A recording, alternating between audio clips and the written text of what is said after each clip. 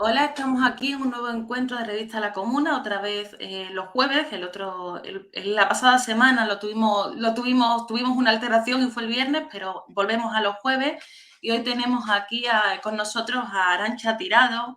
Ella es politóloga, doctora en Relaciones Internacionales por la Universidad Autónoma de Barcelona, también doctora en Estudios Latinoamericanos por la Universidad Nacional Autónoma de México, la UNAM, y también, actualmente es profesora en la Universidad Autónoma de Barcelona, investigadora en el CELAC y colaboradora en Julia en la Onda, en Onda Cero, y ha publicado varios libros.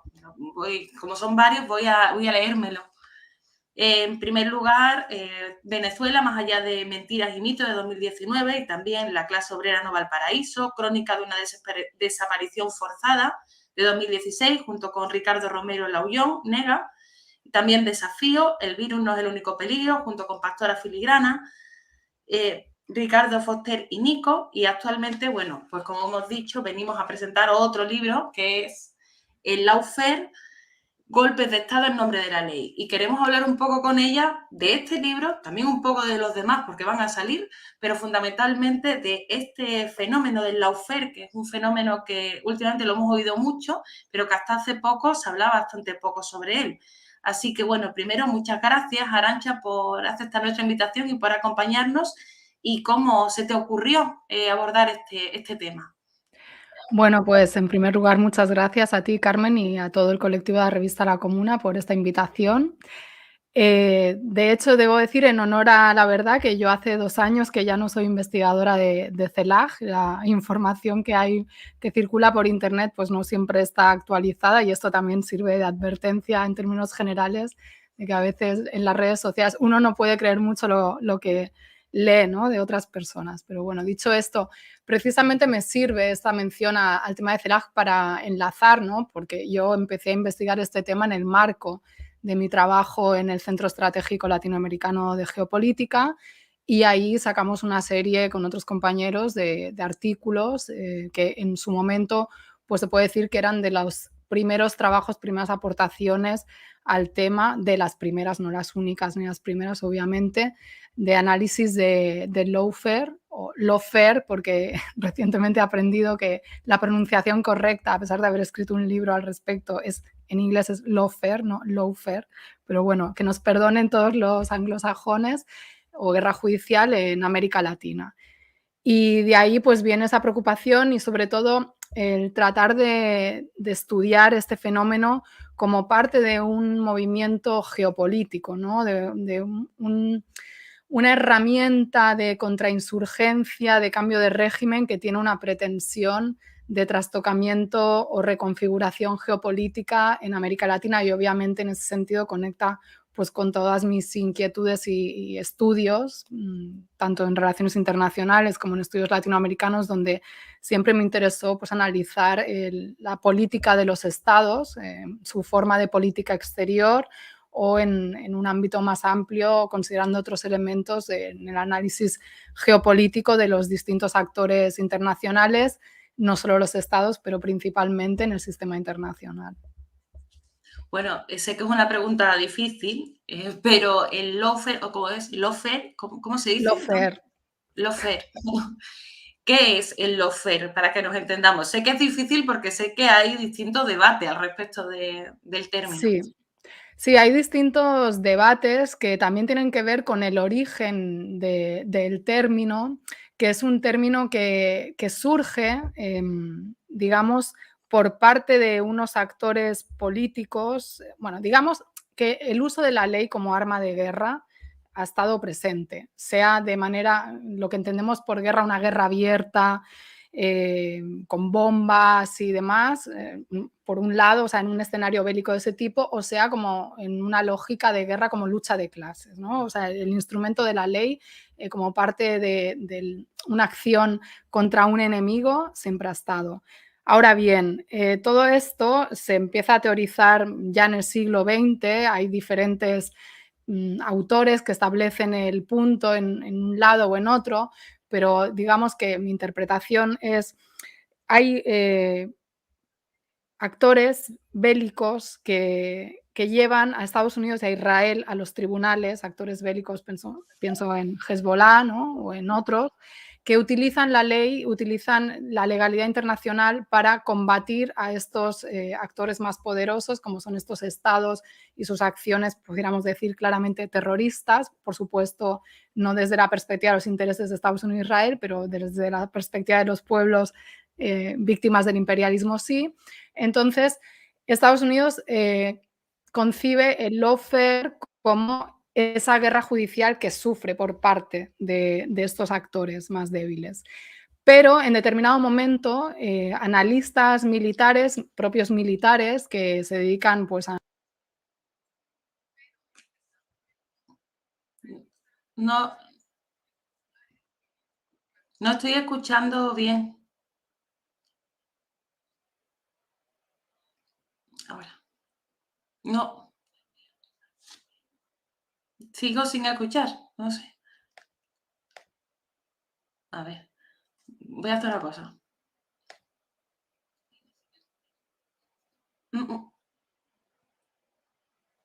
¿Puedes salir y volver a entrar un momento?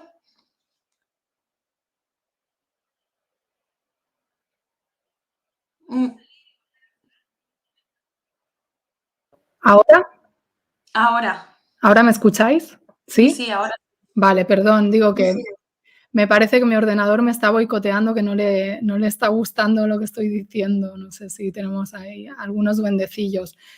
Nada, que lo que decía, que en determinado momento los analistas y estrategas militares estadounidenses piensan, ¿por qué no podemos nosotros hacer pues un provecho, ¿no?, de esta posibilidad del uso de la ley como arma de guerra? Y entonces ahí se teoriza el lawfare por parte de un general estadounidense, Charles Dunlap, que se considera como no el padre del término, porque el término se había utilizado antes, se había acuñado antes, pero digamos el que populariza esa visión del lawfare como una táctica bélica que, bueno, algunos posteriormente dirían que enlaza con la guerra híbrida, o sea, como una parte de la manera de hacer la guerra tal y como se concibe en este siglo XXI, de una manera multifactorial, con diferente tipo de actores, con diferentes lugares o campos de batalla, ¿no?, en lo comunicacional, en las redes, en lo legal, en este caso con el lawfare, etcétera, etcétera.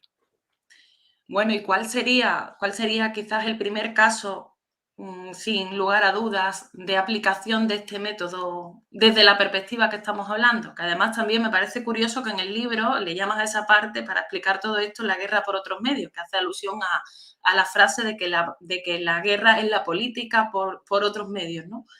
Sí. ¿Cuándo se aplica esto de una forma evidente por primera vez? A ver, yo establezco para mí, en mi análisis, ¿no?, de los casos que conozco, seguramente esto está sujeto a debate, como la misma conceptualización del término lawfare, las periodizaciones, etcétera, ¿no?, porque en la academia pues somos así.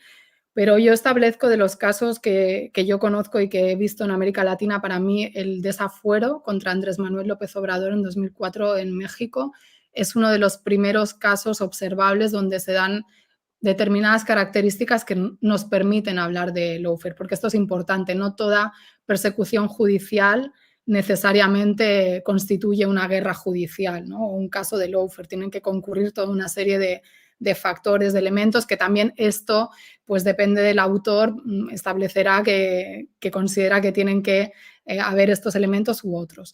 Entonces, para mí ese caso es sintomático, lo que pasa que no es tan conocido, no está dentro de la literatura, quizás porque es anterior a la popularización del término, y digamos que el caso que pondrá el término de moda, entre comillas, o lo hará mucho más famoso, será la persecución contra Lula da Silva en Brasil, que se producirá pues años después. O sea, para mí el de López Obrador constituye un antecedente donde ya se ven muchos elementos que luego encontraremos en el caso de Lula, también en el caso de Cristina Fernández en Argentina, en el caso de Rafael Correa en Ecuador, y también en muchos otros casos de funcionarios intermedios o de ministros o secretarios de los respectivos gobiernos que también han sido víctimas o son víctimas de esa persecución judicial, que no se ha circunscrito solamente a los líderes las cabezas de los estados o a las personas que podían disputar el liderazgo en el estado en la forma de, bueno, acabar volviendo a presentarse y ser otra vez presidentes o presidentas de un país. Bueno, ya que mencionabas que hay una serie de características, ¿podrías a través del ejemplo en concreto del caso de López Obrador exponer un poco cuáles son esas características compartidas? Un poco. Bueno, una característica general, porque luego tiene sus expresiones concretas en cada caso, es el generar un caso, ¿no? Un caso judicial sobre unas bases bastante endebles. Esas bases, generalmente, en el caso de López Obrador, es una excepción, no es así, suelen ser casos vinculados a la persecución de corrupción, ¿no? Donde se acusa a estos mandatarios de haber incurrido en prácticas corruptas, sea por mordidas, sea por dar concesiones. En el caso de López Obrador, como era una persona que precisamente se había caracterizado en su trayectoria política por luchar claramente contra la corrupción y no solo de manera discursiva, sino también en los hechos, este elemento pues no se encuentra.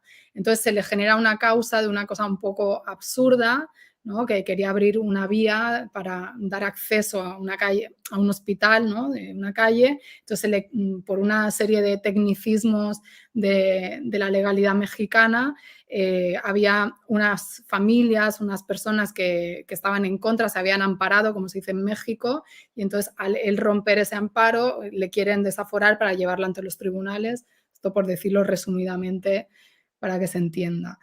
El elemento fundamental que está en el caso de López Obrador y que será común a todos y sin el cual no se entiende el lawfare es el papel de los medios de comunicación, esa articulación del poder judicial con el poder mediático, sin el cual no se puede montar una causa endeble, ¿no? Ni ningún tipo de causa, porque es la correa de transmisión necesaria para replicar una y otra vez, para sembrar siempre la sospecha, la duda, la presunción de culpabilidad, que es otro elemento, ¿no? que se pone en los casos de guerra judicial. En los medios ya prácticamente se sentencia a estas personas, ¿no? Ya no se parte de la presunción de inocencia y, por tanto, este elemento, junto a muchos otros de irregularidades procesales, también hablan de una vulneración de derechos que toda persona que es llevada ante un tribunal pues debe tener, ¿no?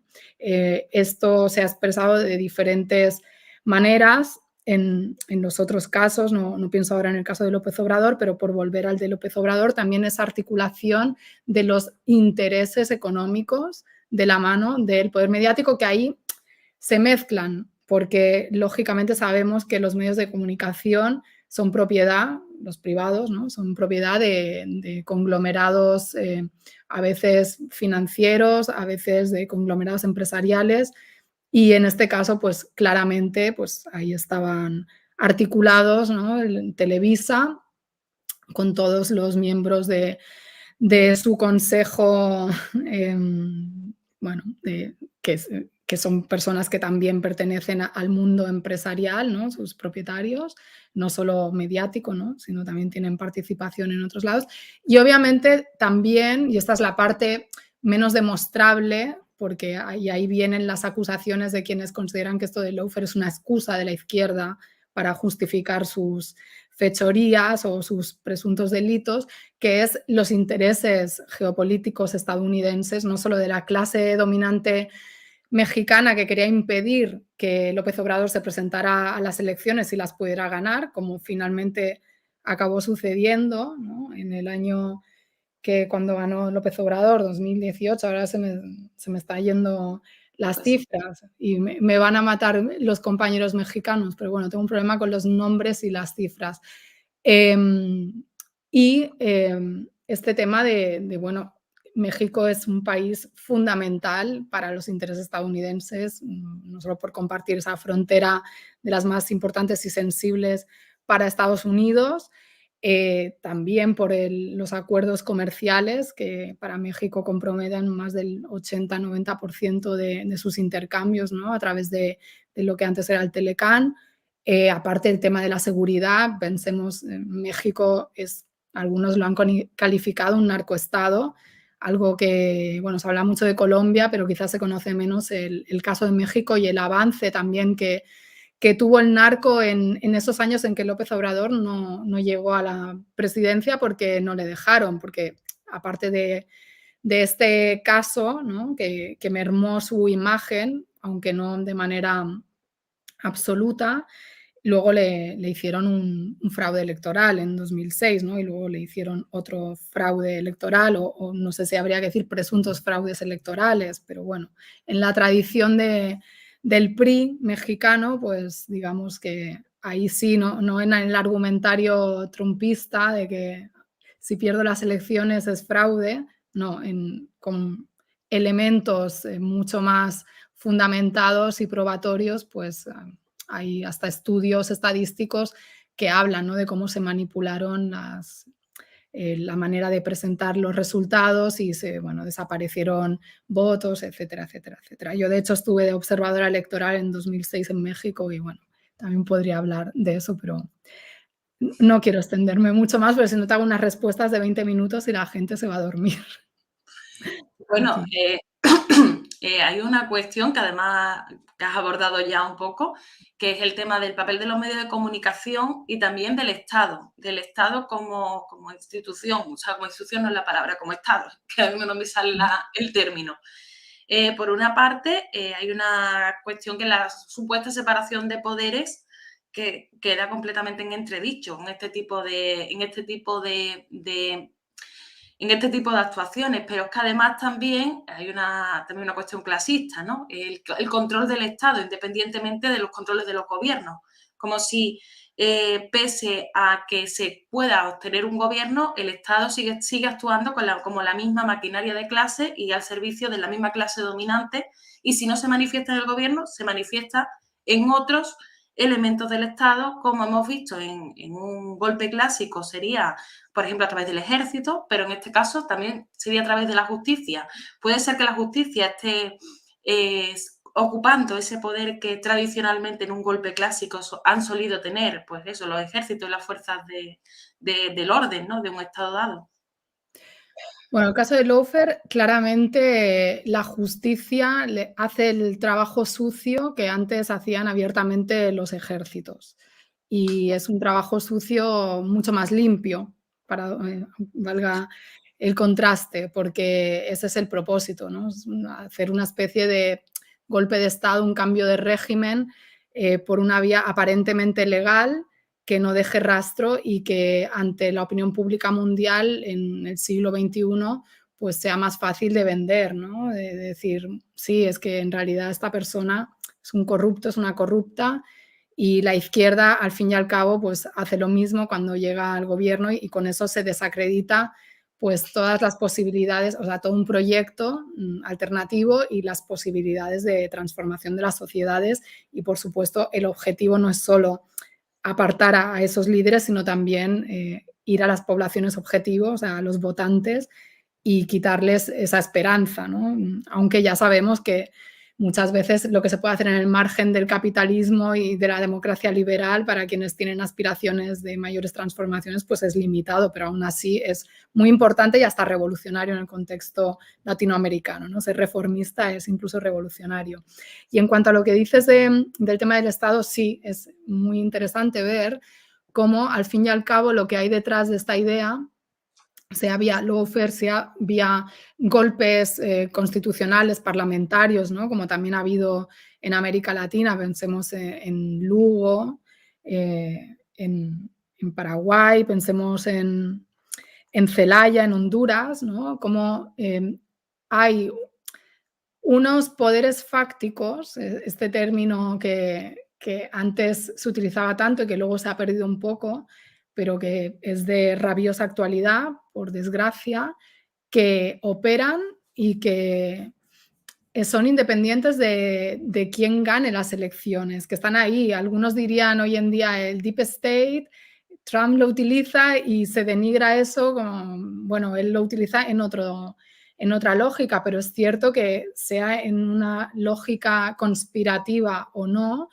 hay elementos de continuidad en los estados por la vía funcionarial normal, ¿no? De estas personas que tienen sus puestos de alta dirección en la administración pública y que son los que saben cómo se hacen las cosas, totalmente legítimo, que han ganado su puesto por oposición y que están ahí con independencia de quién gobierne. Y luego están las familias o estos sectores de una élite, de la clase dominante, que siempre a través de la política o incluso también a través del alto funcionariado, ¿no? Que ese sería el caso de los jueces, pero también en la administración pública, en otros ministerios, pienso en el caso español, pues han trabajado ahí, ¿no? Son los que saben cómo se hacen las cosas y además el Estado es suyo. Y el Estado suyo significa que cuando llegan los terrúos venezolanos, ¿no? Los desdentados, Chávez, este señor Zambo que se cree que viene aquí a creer que el Estado suyo, además un Estado con las principales reservas de petróleo del mundo, con lo que eso implicaba de reparto, ¿no? Desde el Estado, obviamente de manera no muy lícita o no muy transparente, pues haya sectores del Estado que se rebelen, que al fin y al cabo es la expresión de la clase dominante inserta en el Estado. Entonces, sí, es interesante ver cómo se articula una misma clase dominante que se divide tanto en el poder judicial como en el poder legislativo, como en el poder ejecutivo, porque es muy gracioso, entre comillas, lo de gracioso ver cómo cuando uno analiza, ¿no? La política y sigue el rastro de determinadas, a veces, familias, apellidos. Pienso en el caso de Venezuela, ¿no? Con los opositores actuales, uno hace su árbol genealógico, pero también en el caso español, cuando uno ve incluso políticos del Partido Socialista, pero que son nietos de expresidentes, el caso de Miguel Boyer, ¿no? Emparentado hasta el siglo XIX y más allá con toda una estirpe de ministros, presidentes, altos funcionarios, bueno, pues empieza a entender por qué a veces tantas cosas se pueden cambiar, tan pocas cosas se pueden cambiar, o porque hay tantas reticencias a los cambios, o si esto pasa, pensemos en el Estado español, ¿no? Que lleva una fuerza como Unidas Podemos, que defiende pues, un programa socialdemócrata, ¿no? de transformación de políticas públicas en el marco de una democracia avanzada, primer mundo, europea, con unos contrapesos, digamos, unos controles, etcétera, etcétera. No entro en las críticas de lo que es nuestro Estado y lo que implicó el franquismo. Imaginemos en estados como los latinoamericanos, donde todavía hay esta mentalidad muy colonial por parte de una clase dominante que ni siquiera considera seres humanos a muchos de los ciudadanos de ese estado, y a muchos de ellos ni siquiera les había dado la categoría de ciudadanos, que no podían ni votar, ¿no? En el caso de Venezuela, tantas personas en los barrios que no estaban ni censadas. Bueno, en el caso incluso de Estados Unidos, también yo cuando las elecciones descubrí, porque no lo sabía, que hay mucha gente que no tiene derecho al voto, por ejemplo, por haber estado en prisión. O sea, es también una lógica y me llama mucho la atención, con lo que comentas, que recuerdo una manifestación que me encontré una vez en Madrid de la oposición venezolana, vamos a llamarle así, y llevaban unos carteles que eran completamente racistas, pero eso realmente conllevaba un clasismo tremendo. Y en cambio se ve como natural. Y yo creo que es muy importante dejar claro que a ellos no les chocaba, o sea, no les parecía algo que llamara la atención y que al fin y al cabo muchas veces, como dices, o sea, si empiezas a mirar los apellidos, estamos viendo como una revolución de los ricos, una cosa que no tendría ningún sentido si aplicáramos esa lógica, pero ahí ya también trabajan los otros, ¿no? Los medios de comunicación. Has dicho una cosa que me parece interesante con respecto a la corrupción, de plantear que la izquierda hace lo mismo. Y eso al final deriva en una antipolítica, o sea, todos son iguales, y eso lo que supone a la larga es que nadie hace nada, porque como todos son iguales no hay nada que hacer, o sea que se mantiene las cosas tal y como están. Con los medios de comunicación no piensas que está pasando un poco lo mismo. Es decir, hay una condena al periodismo en general porque hay un mal uso del periodismo. Y al fin y al cabo también se genera lo mismo. En este caso ya no te puedes fiar de nadie. No te puedes fiar de nadie, ni de los políticos, ni de los periodistas, aunque haya gente que verdaderamente sí está haciendo bien su trabajo. Sí, sí, seguramente. Me imagino que me preguntas esto un poco para reflexionar sobre vuestra función, ¿no? Del periodismo alternativo. Yo creo que sí, que es intencional. También los medios de comunicación han propiciado, lógicamente, esta visión antipolítica que permite el surgimiento de discursos, mm, ¿cómo decir? El sistema le gusta llamarlos populistas. A mí no me gusta el término porque es un término que se utiliza mal y se utiliza como de manera, como arma de ataque contra izquierda y contra derecha, ¿no? Como equiparando que todo es lo mismo Trump que Podemos o que los chavistas, etcétera.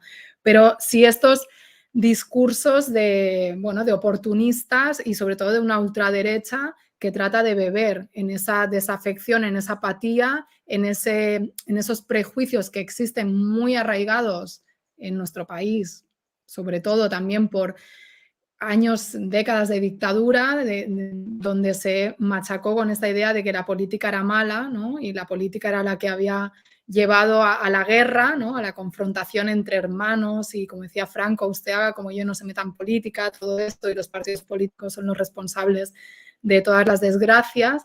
Entonces, esta desafección, esta apatía, claro que también es funcional, pero es un arma de doble filo, porque genera también la incredulidad que permite que esta ultraderecha, que además va de la mano de teorías negacionistas de la ciencia, con el tema del coronavirus se ha visto que si la vacuna, el microchip, o sea, cosas absurdas que nos parezcan absurdísimas, hay gente que las crea a pies juntillas y como digo lo de que te van a meter un microchip, te digo lo de que las vacunas no sirven, que es todo un experimento, que el coronavirus nunca existió, que he perdido las elecciones, lo diga Bolsonaro, lo diga Donald Trump, porque hay no sé, George Soros está en la sombra y los Illuminatis y quién sabe qué.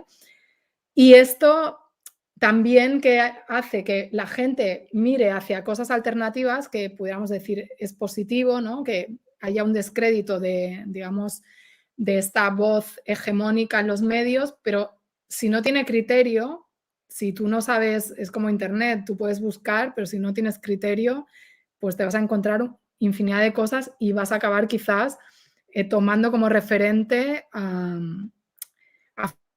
que no son las más fidedignas, ¿no? A personas o youtubers que te hablen de comunismo desde postulados o sea, xenófobos, de postulados antiinmigrantes o no sé, o cualquier tipo de teorías que también difunden estos medios que se venden como alternativos, que no necesariamente, o sea, aportan elementos para la transformación social en lógica emancipatoria, ¿no? Puedes estar contra un establishment, contra un poder, contra quienes mandan en el mundo, pero no necesariamente para dando elementos para liberar a la gente, para hacerla pensar críticamente. O sea, y pienso Bueno, sí, también en... la perspectiva del rebelde reaccionario parece que está cogiendo fuerza junto con, como dicen, una especie de oscurantismo de vuelta a pensamientos mágicos casi, Sí, idealistas. o sea, que la Tierra es plana y que nos han engañado y cosas así, y es increíble. Y cómo estos fenómenos que no se pueden desligar, ¿no? De cómo se hace política en las redes sociales, también de toda una serie de gente que yo creo que se ha visto, no sé, cuestionada o amenazada no sé si en su masculinidad o sus certidumbres en la vida y que carga para, pues, enemigos, pues un poco inventa, ¿no? Que si feminismo, que si... Se está cortando un poco Me parece una observación de, de la ultraderecha y su no, no, que es políticamente correcto o no, eso permite entender cómo esas sociedades son muy distintas. Y cualquiera que haya vivido un poco en América Latina y el Caribe entiende y percibe claramente que lo que nosotros tenemos aquí en los medios de comunicación sobre la realidad de América Latina es la visión de la clase dominante, lo que ellos llaman eufemísticamente la clase media, o sea, la gente nice, la gente bien, o la gente de bien. Eso es más aquí. Pero no nos llega nunca la visión de los pueblos oprimidos, sean indígenas, sean negros, afrodescendientes, sean trabajadores y trabajadoras en términos generales, ¿no? Entonces esto también habla de las alianzas de clase internacionales entre, bueno, las clases dominantes que controlan también los medios, porque aquí también hay clasismo y también hay filtros, ¿no? Y cuesta mucho que gente de clase trabajadora acabe insertándose en los medios con una visión de defensa de la clase trabajadora. Bueno, pues vamos a centrarnos un poco en América Latina en concreto y en esas relaciones internacionales, porque es cierto, América Latina, los países de América Latina son de los primeros que tras haber sido colonizados se independizan, entonces tienen entidad de país y de Estado previa a otros países de África o de Asia, que es verdad que tardaron más esos procesos de descolonización, pero aún así durante mucho tiempo se mantuvieron como colonias comerciales mínimo o como neocolonias para intereses extranjeros durante gran parte del tiempo, salvo excepciones como la Revolución Cubana, pero cuestiones así muy específicas. Pero llegó Chávez y llegó esa oleada que se llamó de gobiernos progresistas en Latinoamérica, tuvo esa primera fase de esplendor que además facilitó procesos de unidad latinoamericana, incluso de desarrollo para los pueblos en Latinoamérica. Sí decir, porque además también siempre se cuestiona mucho, dentro de los procesos que se pueden permitir en el contexto en que cada cual está, o sea, son procesos distintos, pero que compartían ciertos elementos. Ese era el contexto en el que se inicia o en el que se empiezan a dar este tipo de procesos. ¿Cómo encaja esos cambios que se están dando en Latinoamérica y la necesidad de intervenir para que esos cambios no puedan seguir avanzando? Bueno, claramente has dicho algo fundamental, que es la llegada al gobierno de Hugo Chávez como punto de inflexión en la política y en la geopolítica latinoamericano-caribeña, que ya había experimentado otro punto de inflexión fundamental, como fue la Revolución Cubana en el 59, que marcó toda la política no solo de América Latina y el Caribe, sino diría del sur global, del mundo, porque a partir de ese momento pues había un ejemplo de un gobierno producto de una lucha guerrillera que llegaba, sacaba a una dictadura y habría la posibilidad que muchos otros grupos guerrilleros o revolucionarios pues pensaran en la disputa del poder.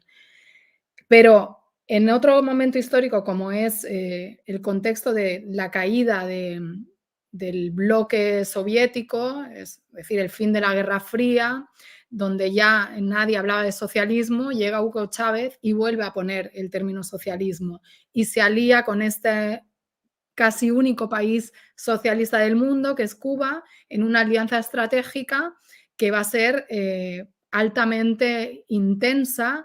Los enemigos o detractores de Cuba y de Venezuela siempre han acusado, ¿no?, a Cuba de controlar la política venezolana, de ser una marioneta, de que Chávez ha regalado el petróleo a Cuba, desconociendo además que parte de la política exterior venezolana siempre fue desde antes de la llegada de Chávez, o sea, desde tiempos de la Cuarta República, utilizar el petróleo como instrumento de cooperación internacional, singularmente con los países del Caribe, ¿no? Había mecanismos ex profeso para ello, pero bueno, el tema es que esa alianza se cristaliza en algo como es la Alianza Bolivariana para los Pueblos de Nuestra América, Tratado de Comercio de los Pueblos, el ALBA-TCP, al que luego se van a incorporar otros gobiernos de izquierda o progresistas, también la UNASUR, ahí no está Cuba, ¿no?, solo de los países del sur, y en la CELAC, que es esta organización internacional que engloba los 33 estados de toda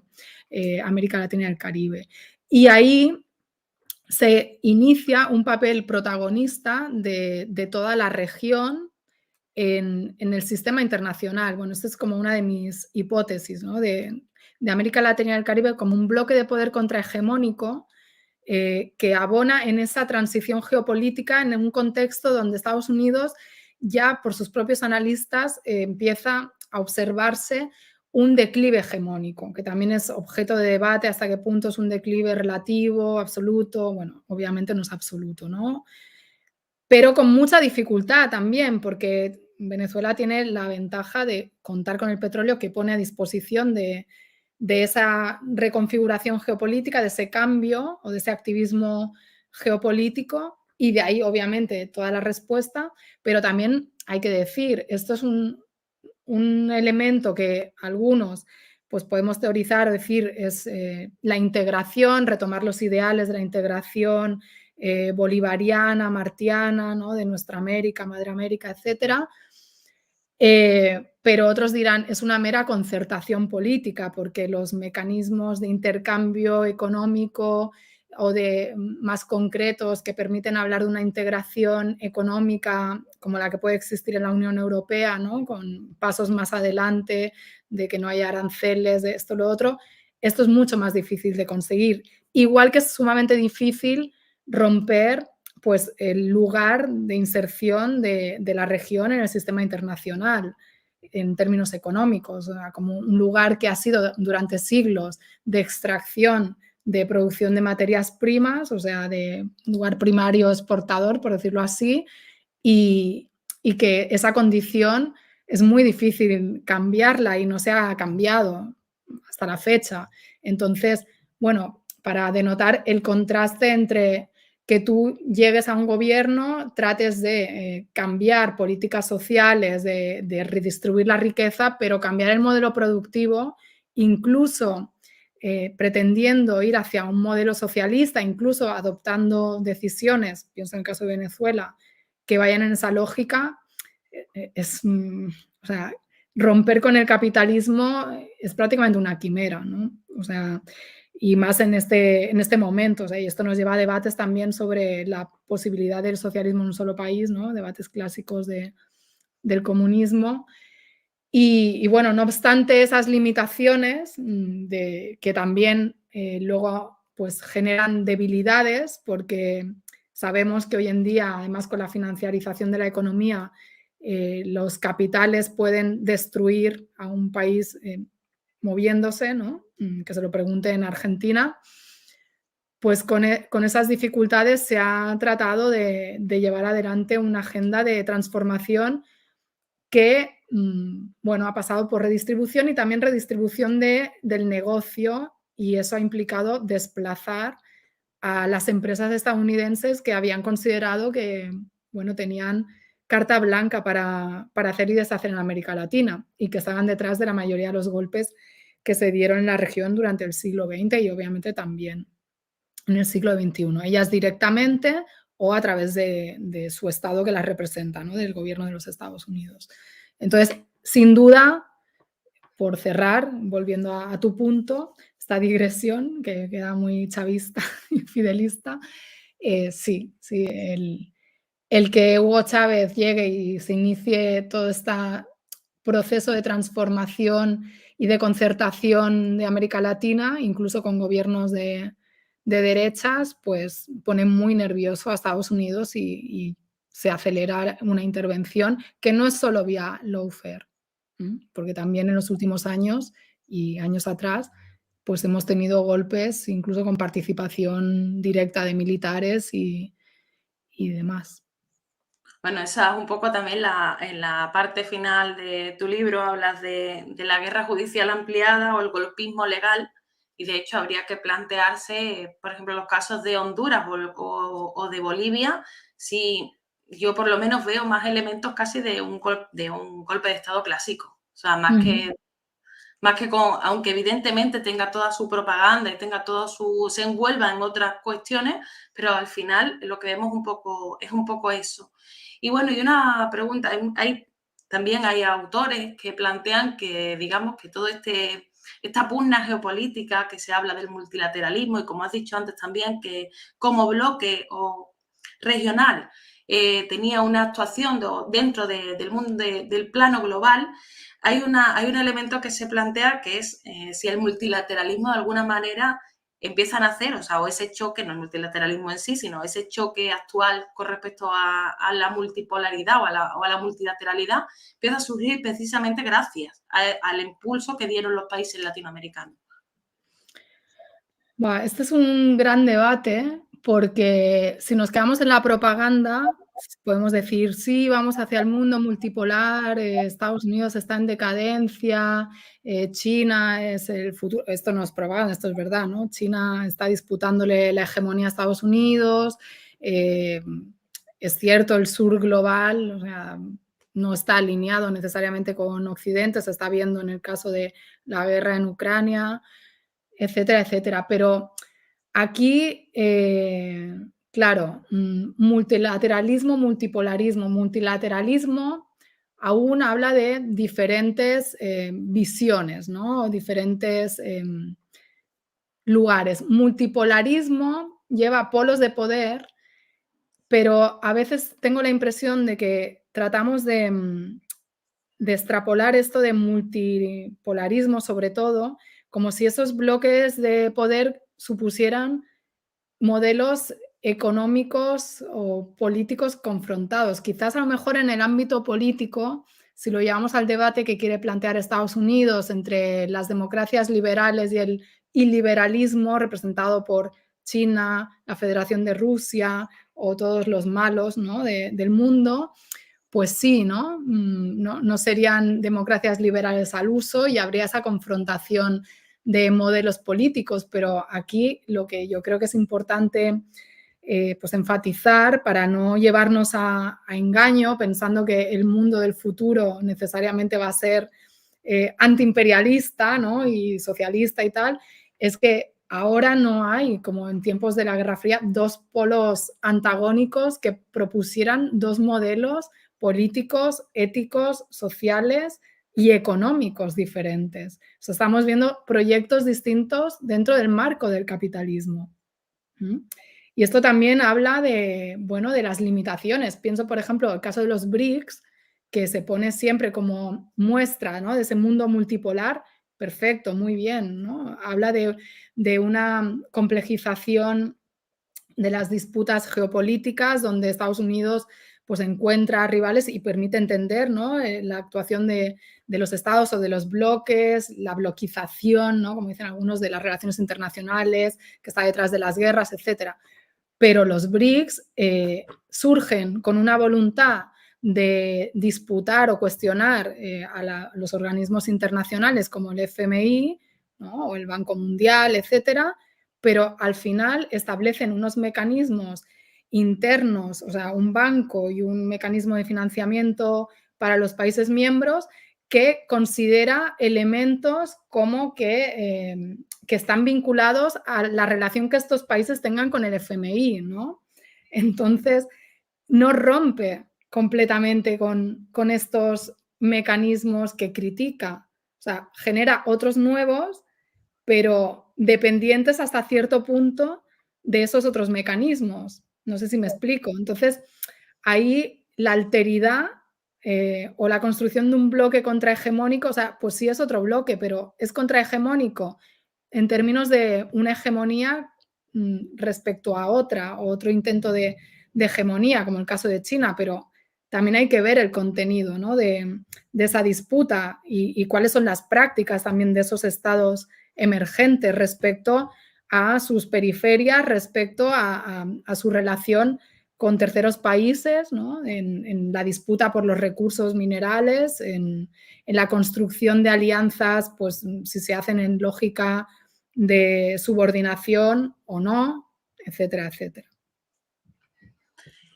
Bueno, en relación con todo eso, también otro elemento que además mencionado, has dicho con respecto a la guerra en Ucrania, se ha visto que no se posicionan, digamos, de parte o de la parte habitual, que ha sido siempre la parte de Estados Unidos. Pero hay otro elemento que has dicho a nivel económico. Leí un autor que decía que se estaba produciendo un enfrentamiento, bueno, esa es la teoría de este hombre, un enfrentamiento entre las economías financieras y militar frente a las economías más extractivas o de recursos naturales o manufactureras, que sería el caso de China.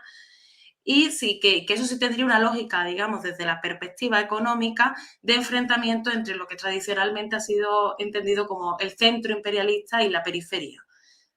Dentro de esa lógica, aún sabiendo evidentemente que los países, por ejemplo los BRIC, es que no solamente es la cuestión de que tengan modelos, de que no defiendan un modelo distinto, sino que ellos internamente tampoco, y además internamente tienen modelos diferentes y tampoco no llevan una lógica conjunta ni política ni económica. Pero podría plantearse desde esa perspectiva de que sí existe un choque entre lo que es ese centro imperialista histórico financiero y todo lo de alrededor, lo que siempre se ha conocido como periferia. A ver, claramente hay un choque de Estados Unidos como hegemón mundial, ¿no? O sea, hegemón es un concepto de las relaciones internacionales para hablar al analizar el sistema internacional cuando hay, digamos, un protagonista, un centro de poder que destaca sobre el resto. Habrá quien diga, bueno, ya Estados Unidos no es solo el hegemón porque hay una superpotencia emergente que en muchos aspectos supera a Estados Unidos, ¿no? Bueno, pero hasta la fecha, digamos que por diferentes variables, no solo de hegemonía cultural en Occidente, porque esto siempre hay que tener presente que hablamos desde Occidente y hay un mundo más allá, pero también en términos económicos, de poderío militar, sobre todo, etcétera. Estados Unidos sigue siendo ese hegemón y sigue siendo el imperio con prácticas imperialistas, además, sobre todo el orbe, ¿no? Que considera su cortijo, por decirlo con un término muy andaluz, pues ahí. Ahora, yo no sé, claro, el imperialismo estadounidense está en un momento de desarrollo del capitalismo que seguramente es diferente al momento de desarrollo del capitalismo que tienen otros estados o otras potencias, pero eso no habla de que haya un modelo de desarrollo no capitalista. O sea, es un modelo productivo distinto, cada cual con sus particularidades y con sus contradicciones, ¿no? Porque, no sé,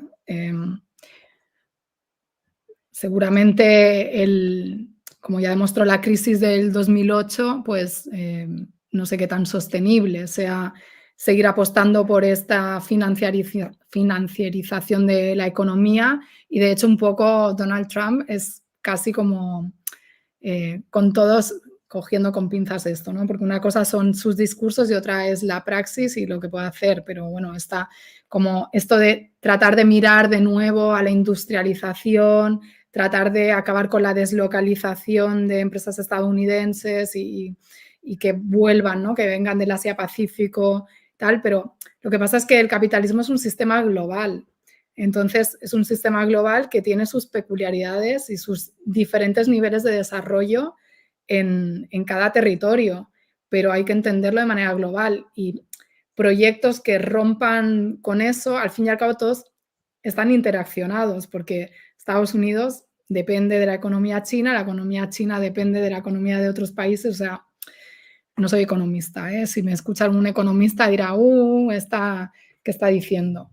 Pero bueno, me parece que lo que yo quiero apuntar, o sea, me parece que lo que no vemos aquí es, se puede establecer categorías de un tipo diferente de capitalismo que está confrontando con otro y uno es más imperialista que otro, sí, por las condiciones materiales de desarrollo, también por cuestiones políticas, por cuestiones históricas, pero eso, bueno, eso evoluciona con la historia y puede llevar a que mañana los que son manufactureros sean también economías financiarizadas y puedan desempeñar un mismo tipo de praxis política o económica si no hay un proyecto, digamos, alternativo, ¿no? de superación de ese modelo de desarrollo económico, que no digo que sea fácil, porque ya hemos visto, ¿no? O sea, sobre todo en las zonas periféricas, pues las posibilidades de tener un desarrollo autónomo y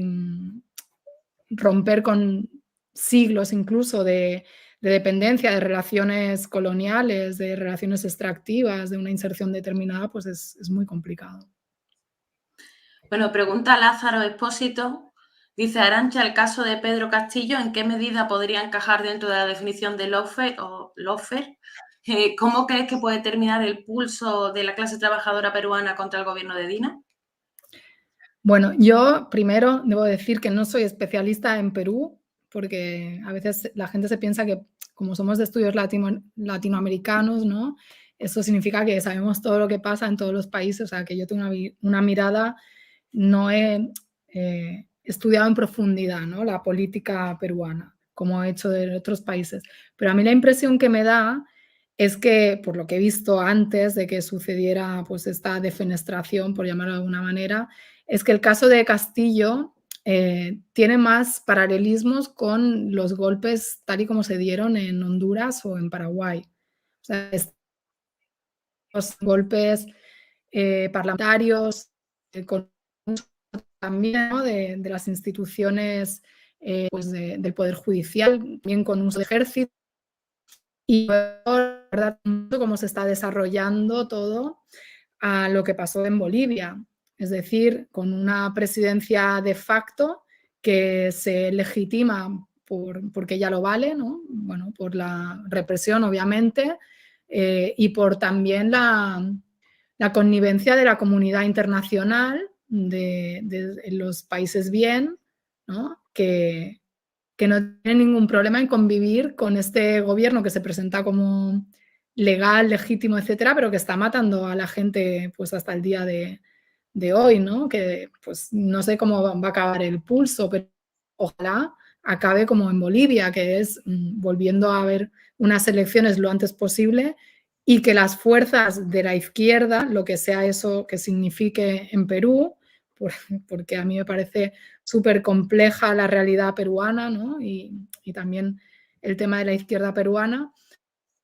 pues que puedan recuperar el poder que les han arrebatado, que también, bueno, hay elementos y tareas para tomar nota seguramente y no caer en errores que quizás han podido cometer, pero insisto, no quiero decir con esto que no estoy justificando para nada lo que ha sucedido con Castillo, pero creo que ahí también hay elementos de política interna peruana que se suman y que han posibilitado que los acontecimientos hayan finalizado así. O sea, la propia inestabilidad política, la alternancia de gobiernos y el débil manejo o la inexperiencia de Castillo, que me parece que es una persona que precisamente por su cualidad de maestro sindicalista y demás, pero ajeno a estos tejemanejes de poder, pues quizás ha sido mal asesorado, ¿no? Se ha rodeado de personas que no le han advertido, no le han ayudado a poder evitar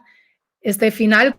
Desde el inicio, desde que antes de que asumiera, ya se veían elementos, ¿no? De ese uso de la ley para tratar de apartarlo por incapacidad, para, por supuesto, considerar que su presidencia no era legítima, ¿no? En esta lógica de las clases dominantes, que llegaron a venir delegaciones del Congreso peruano aquí al Congreso español, ¿no? A explicar que prácticamente iban camino de un Perú bolivariano, que no había libertades, etcétera, etcétera.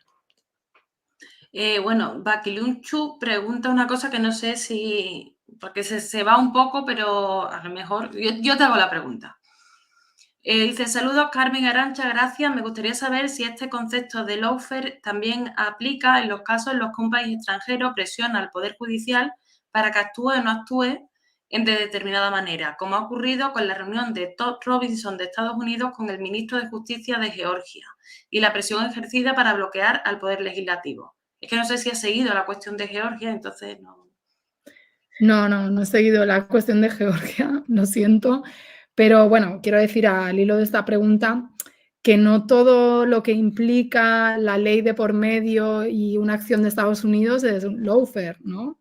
Es decir,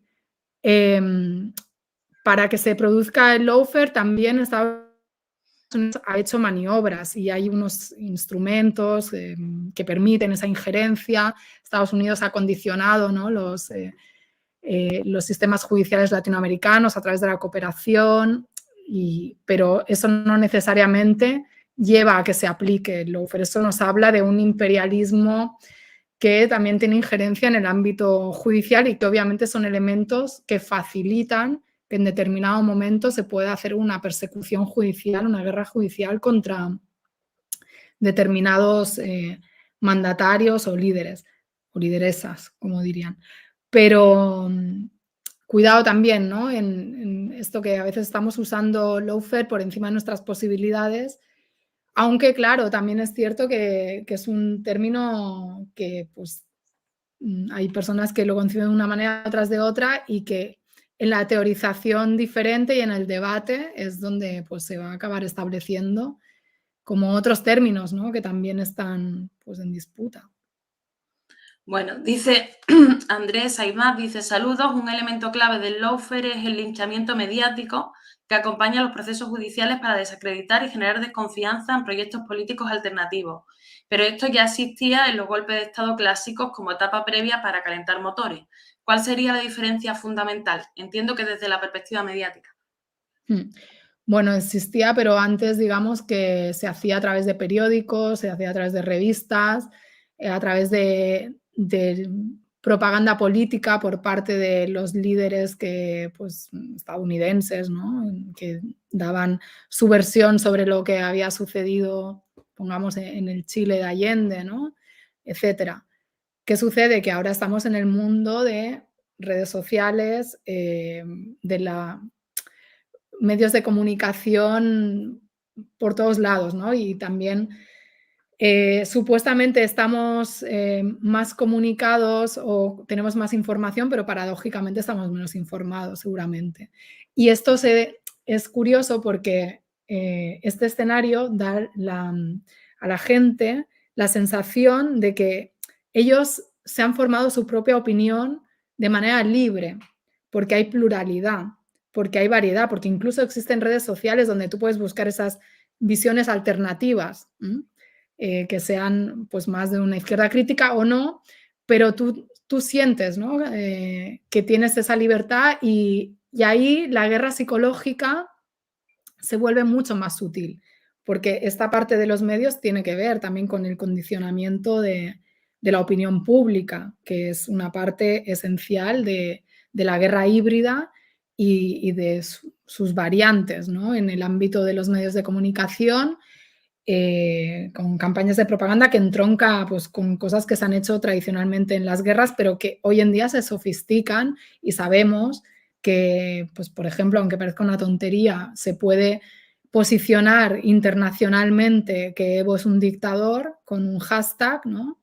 Y vender al mundo que Evo pues no ha ganado unas elecciones, aunque las haya ganado por un margen, pero bueno, estrecho, pero suficiente según la legislación boliviana para ser presidente, pero se genera toda una opinión pública mundial a través de redes y, por supuesto, con los voceros, ¿no? De la OEA, de Estados Unidos y luego los gobiernos que replican, pero las redes sociales tienen un protagonismo muy grande porque dan esa sensación de no es solo el poder establecido, sino también anónimos, ciudadanos, digamos desde Bolivia, que es mentira porque luego son granjas de bots que, como ha estudiado muy bien Julián Macías y otros, pues están pagadas y responden a no sé qué dominio en qué lugar del mundo, ¿no? Que ni siquiera son personas reales que estén ahí, pero logran posicionar estas ideas, ¿no? Como sos Venezuela, Evo dictador, etcétera, etcétera, etcétera. Entonces yo creo que eso también hace que cambie el panorama, ¿no? Y aparte, porque hoy en día hay una concentración mediática en muchos países, en América Latina ni se diga, o sea, el caso de Argentina, Brasil y también Ecuador, muy grande. Y de hecho, un elemento interesante es ver cómo tanto Correa como Cristina Fernández quisieron regular el espectro mediático y bueno, pues ahí está también el resultado, ¿no? La respuesta de los medios. Para ir cerrando, porque se nos está yendo mucho el tiempo, en primer lugar, sí quería hacer una pregunta, ya que has nombrado a Cristina y a Argentina, bueno, y en este caso ahora también, en la vuelta de Lula, es un elemento disciplinador para estos políticos cuando después puedan, si pueden, en el caso de que puedan, en este caso han podido volver, aunque sea de vicepresidenta en el caso de Cristina, pero que puedan volver al gobierno, ¿vuelven disciplinados por lo que ha ocurrido previamente?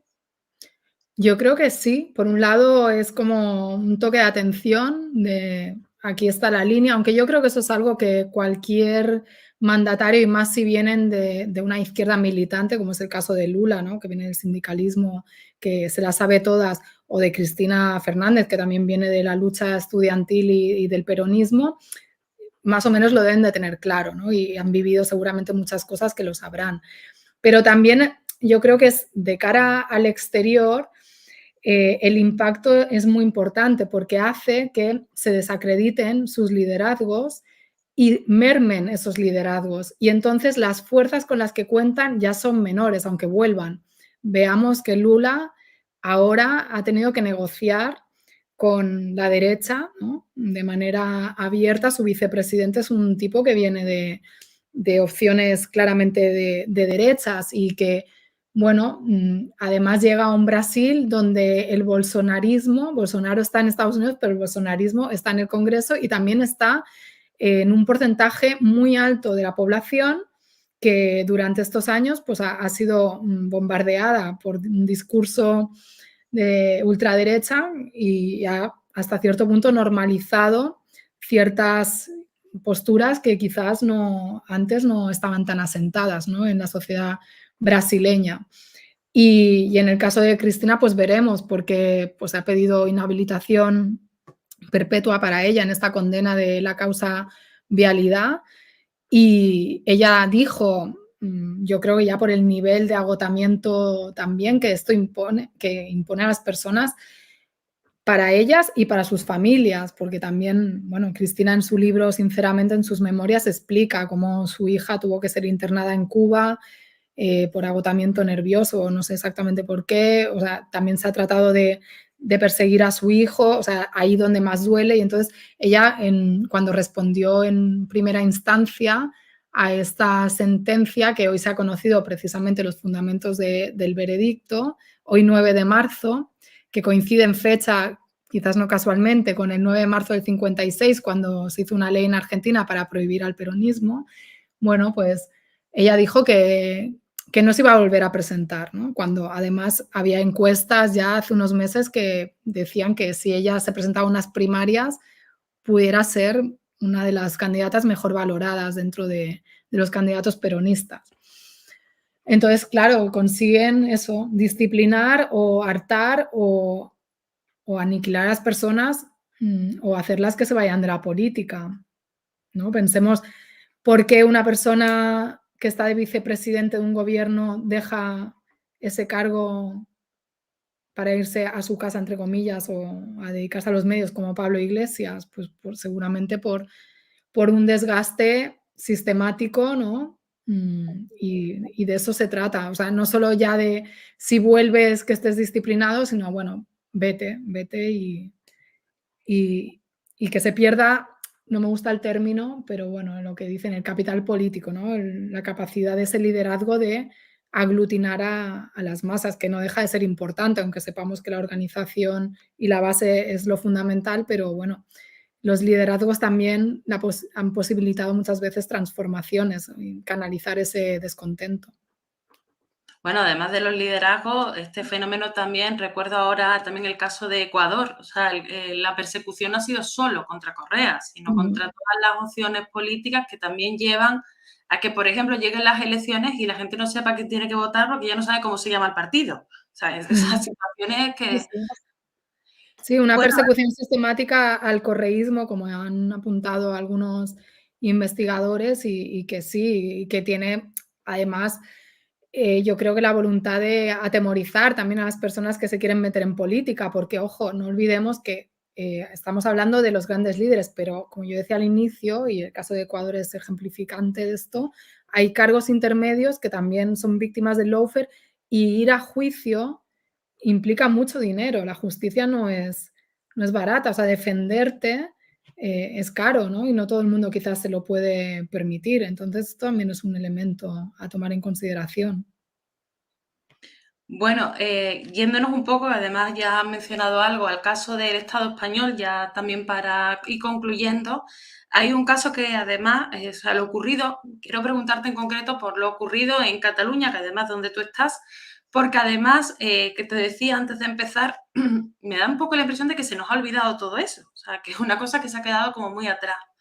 Eh, ¿Nos puedes contextualizar cómo fue ese fenómeno y sobre todo cómo se vincula, si es que se vincula, con estos mecanismos de lawfare? Bueno, paradójicamente yo, aunque soy catalana, como he pasado no los últimos 11 años, pero 11 años de los últimos años de mi vida, yo he vivido en México y he estudiado en México, en otros países de América Latina, he estudiado más la realidad latinoamericana. Entonces, a mí el tema de lawfare en Cataluña, pues me quedaba un poco lejos, ¿no? Paradójicamente. Ahora me voy a meter a estudiar más seriamente esto porque me parece fundamental, o sea, obviamente claro que veo que hay paralelismos. Quizás yo al principio era un poco reticente a aceptar que el término se pudiera usar, no porque no reconociera, obviamente, la guerra judicial y el uso de los tribunales y el poder judicial y todo el Estado, obviamente, con sus cloacas del poder, que no hemos hablado de eso, de todos los organismos de inteligencia también que hay detrás del lawfare en los estados y demás, para aniquilar, descabezar al movimiento independentista y obviamente desanimarlo y desmovilizarlo, etcétera.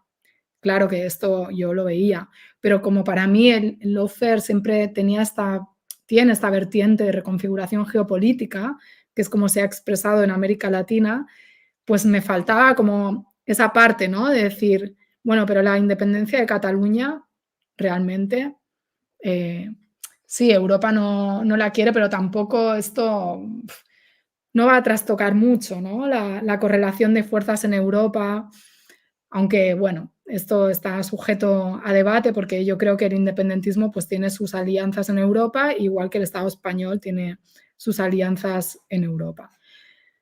Me parece que hay que empezar a decirlo más claramente. Lo que pasa que también ahora tenemos el riesgo que con este uso, digamos, extensivo del término lawfare, hay personas del ámbito independentista que están siendo ahora mismo juzgadas, como Laura Borràs, por un presunto caso de corrupción, que es cierto que el lawfare se basa pues en causas que giran en torno a la corrupción, que yo no sé, yo no tengo tan claro si ella decía el otro día que ella era víctima de lawfare, yo no sé si tengo tan claro que esto sea un caso de lawfare, ¿no? Aunque obviamente es una persona que molesta a ciertos sectores, es una líder del independentismo catalán, de Junts per Cat, pero claro, mezclar esto con otros casos de persecución más política,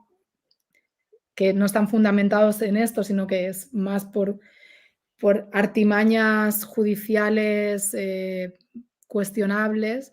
Aquí no lo sé, todavía no hay sentencia. Yo no quiero sentenciar a esta mujer, pero bueno, a veces también, y esto en general, no lo digo solo por este caso, hay gente que ha hecho pues mal uso de su poder político, ha hecho pues, uso de nepotismo o ha hecho eh, cosas que no se debían hacer y no necesariamente que se los lleva a los tribunales es por una guerra judicial, ¿no? A lo mejor sí, cierto, se usa eso de excusa, pero si finalmente se demuestra, pues no sé, creo que tendríamos que llamarlo de otra manera, ¿no? En ese caso concreto, si eso finalmente es así, como apuntan algunos testigos y demás.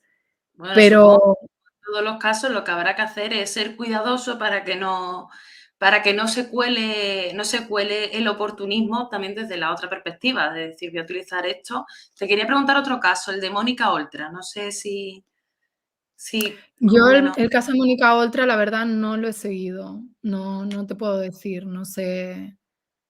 No lo he seguido, no te podría, sinceramente. No estoy escaqueándome ni tirando balones fuera, pero pero no lo he seguido. De todos modos, hay un libro que salió aquí en Cataluña, que en catalán, y lo han traducido al castellano recientemente, que es de Damià Dalclot, que es un doctor en Derecho, pero también es alcalde, creo que por Esquerra Republicana, en Vilassar de Mar, si no recuerdo mal, porque hay de Mar y de Dalt, que es sobre el lawfare catalán, ¿no? Y ahí pues él argumenta y te digo, o sea, yo creo que sí, lógicamente que hay esa estrategia, pero creo que es incluso más amplia, ¿eh?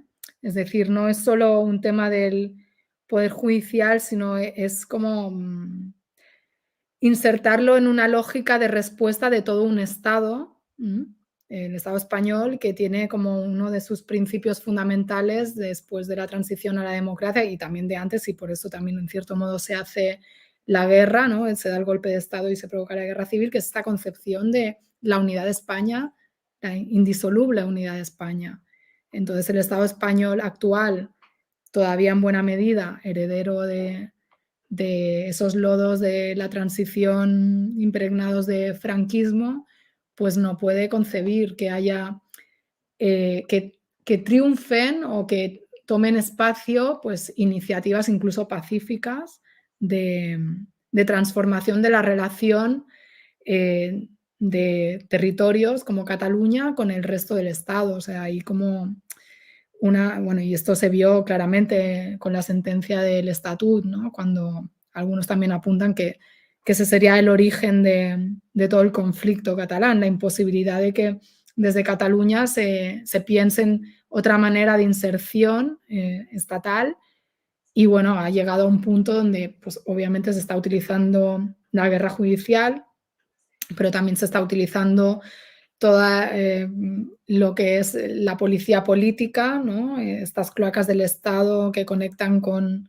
ese pasado franquista, la discrecionalidad, ¿no? Del uso de recursos, digamos, una guerra sucia contra líderes independentistas donde, bueno, prácticamente hay personas que pues han visto vulnerados sus derechos y yo creo que con los años tendremos la perspectiva y seguramente pues Europa nos tirará que ya en cierto modo lo ha hecho, nos tirará de las orejas. Bueno, pues ya sí, para terminar, te voy a hacer 2 preguntas que solemos hacer a todos nuestros invitados. La primera es un referente para ti. No tiene por qué ser un político ni tiene por qué estar vivo. Es que normalmente la gente da por hecho que es eso y no tiene por qué. Uno solo. Bueno, puedes decir 2 o 3. Bueno, Marx, obviamente, ¿no? Porque es el creador de toda una manera de analizar y concebir el mundo y una alternativa política. Aunque luego se le han achacado responsabilidades políticas que seguramente no tienen nada que ver con lo que él pensó y escribió. Y en América Latina podría decir también a Chávez, pero bueno, Fidel Castro, ¿no? Es un líder indiscutible y creo que un visionario en muchos temas y un hombre que junto a su pueblo, lógicamente, no solo él, pensó e hizo una revolución que es quizás lo más difícil, ¿no? Porque la teoría es compleja, pero a veces puede ser más fácil que la práctica y yo creo que la historia, si no la ha absuelto ya, pues la absolverá, lógicamente. Bueno, y la otra pregunta, que también es bastante difícil, es una recomendación de algún libro. Es difícil si es uno solo, claro. Buah. De un libro solo. Uf. Bueno, no, puedes decir 2. Pues seguramente Las venas abiertas de América Latina a mí me marcó mucho personalmente, porque fue como mi primera aproximación a una realidad que luego conocí en persona. Y bueno, Galeano es un poeta, ¿no? Es un ensayo político cargado de poesía, de verdad, de sentimiento y creo que es muy bueno para aproximarse a esa realidad. Y me quedo con eso para no Bueno, decir pues más, porque, uf. Pues desde aquí también recomendamos otra vez este libro, así que está en ACAL, lo podéis encontrar en muchos sitios, así que, bueno, pues muchas gracias, Arantxa, y bueno, muchas gracias también a los que habéis seguido este encuentro y a los que lo seguiréis después ya en diferido. Y Y los bueno, que han llegado hasta aquí, a la hora y 19. sí, que nos hemos pasado un poquito. Bueno, pues eso, gracias y hasta la próxima. A ti.